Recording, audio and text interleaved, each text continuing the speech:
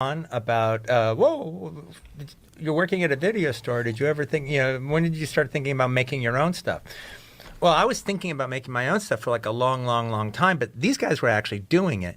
But there is the truth. While I thought about it for a long, long time and always figured I would do that eventually, I did fall asleep for a few years. It was because working at that store, I just got caught up in the little life there. And it was, it's interesting because, you spent your 20s going to comedy clubs and, building a career. So I'm spending my 20s there. And, well, it's one of those things where it's like, well, this isn't my dream. This isn't what I wanted to do, working at a video store for years. I wanted to actually make movies. It's not my dream, what I'm doing. But it's dream adjacent. It's close to my dream. It's close to my dream. I get to watch movies all fucking day.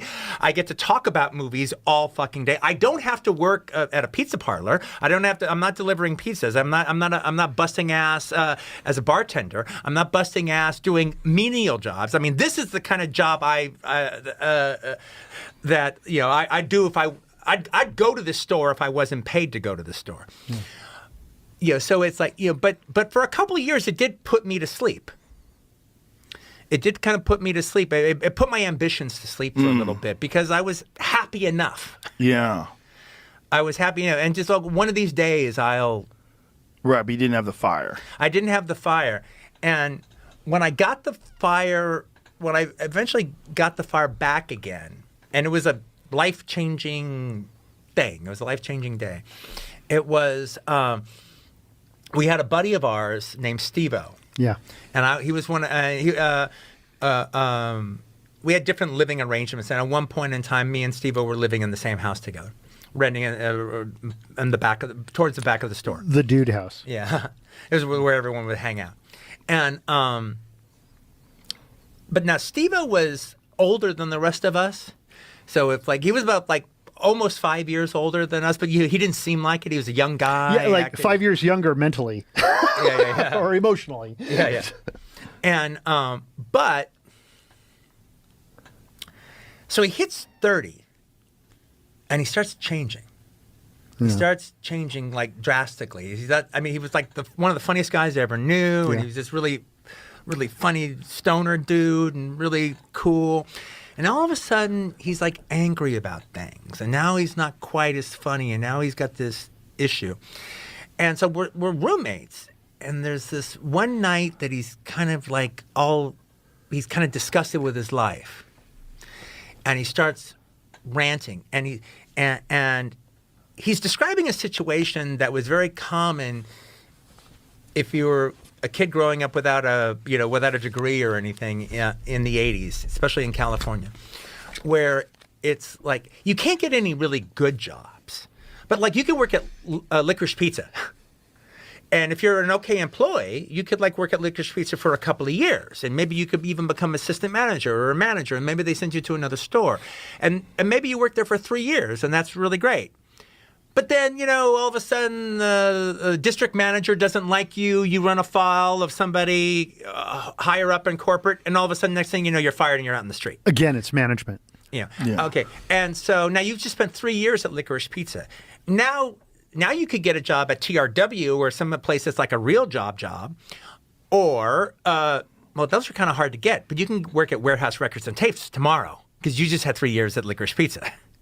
Same thing with Wild West Clothier, same thing with Miller's Outpost, same thing with any of these kind of stores. Next thing you know, you're 28, and the only jobs you've ever had are minimum wage jobs behind a counter that were designed for kids to pay for their gas. Right. And you've spent your entire 20s doing that. And then you start getting bitter. And you start getting bitter.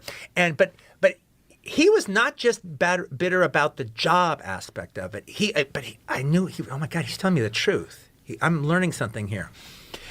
Because he goes, Quentin, you think that we're this really great team, we're this really great crew, Well, we are. I mean, this is that time of your 20s where like your group of friends or your family, And like, well, we are. Quentin, at 20, I worked at South Bay Cinemas, and I hung out with a bunch of guys just like you. And some girls there too. But it was a bunch of guys just like you. And then I stopped working at South Bay Cinema. Then I worked at Miller's Outpost and hung out with a bunch of guys just like you. And we did everything just like we do. We went to movies together. We went out and we dated amongst the girls there, everything. Yeah. Then I worked at Leisure Pizza for 4 years with a bunch of guys just like you. I've wasted my life hanging out with a bunch of guys just like you. And they all go away at a certain point. And I realized this guy's kind of telling the truth. He's showing me a truth about him. This is coming from somewhere. And then all of a sudden, he still hung around us. He still liked us. But then he started making it a point to touch base with some of his high school friends that were still around. So he's not just hanging out with guys 4 years younger or 5 years younger than him. Anyway, I'm turning 25 around this time. So I'm having my own little, okay, well, what have I done with my life so far? So far, fucking nothing.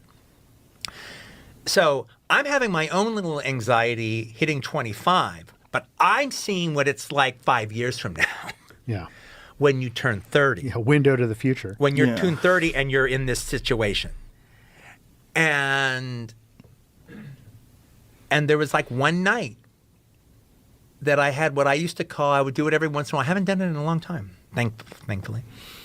I would have a Quentin Detest Fest where I'd stay up all night long. And rather than give myself excuses, I would look at everything that I'm fucking up in my life or everything I'm not doing or whatever and just not give myself any fucking excuses out. Just like nail it. And I would spend like all night laying out everything I'm doing that's wrong. And then I would spend the last 2 hours figuring out how I can change it. And as opposed to just doing it and then going to get some sleep and then you forget about it and fall back into your routine, I decided to change my life.